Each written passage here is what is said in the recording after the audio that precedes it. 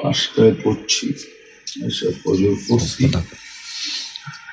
ঘুমাইতে যাব তখন আমার অস্থির লাগতেছে। এটা আমার আগে লাগতো, অনেক সময় অস্থির লাগতেছিল।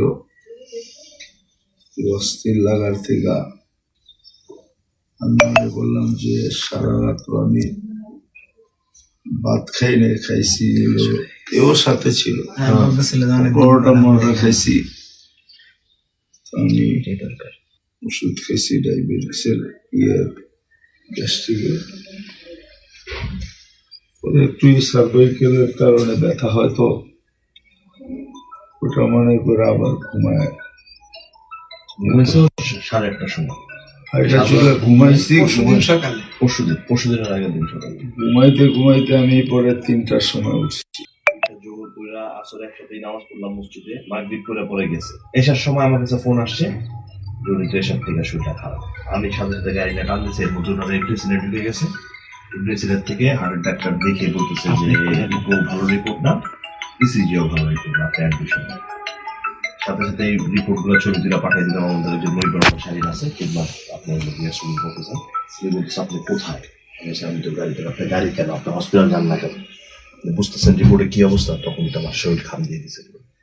তাৎক্ষণিক মনে পড়লো সোহেল মাহমুদ সাহেবের কথা। আপনার বাইরেই কলিগ, কিন্তু ছোট আর কি, ছোট।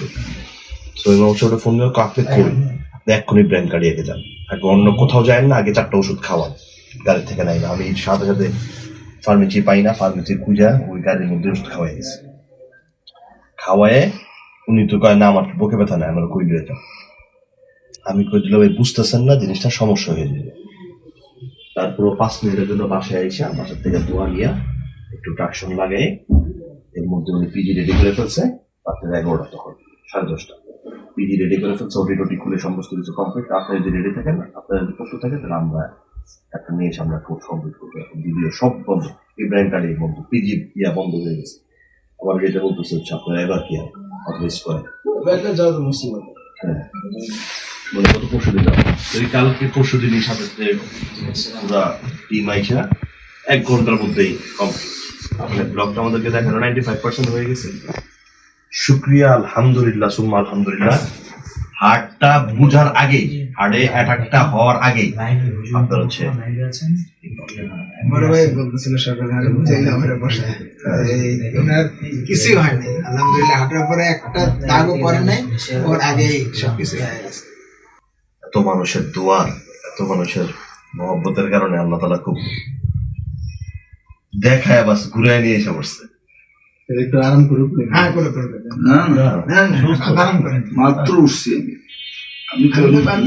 উঠাইবেন না ওনারে।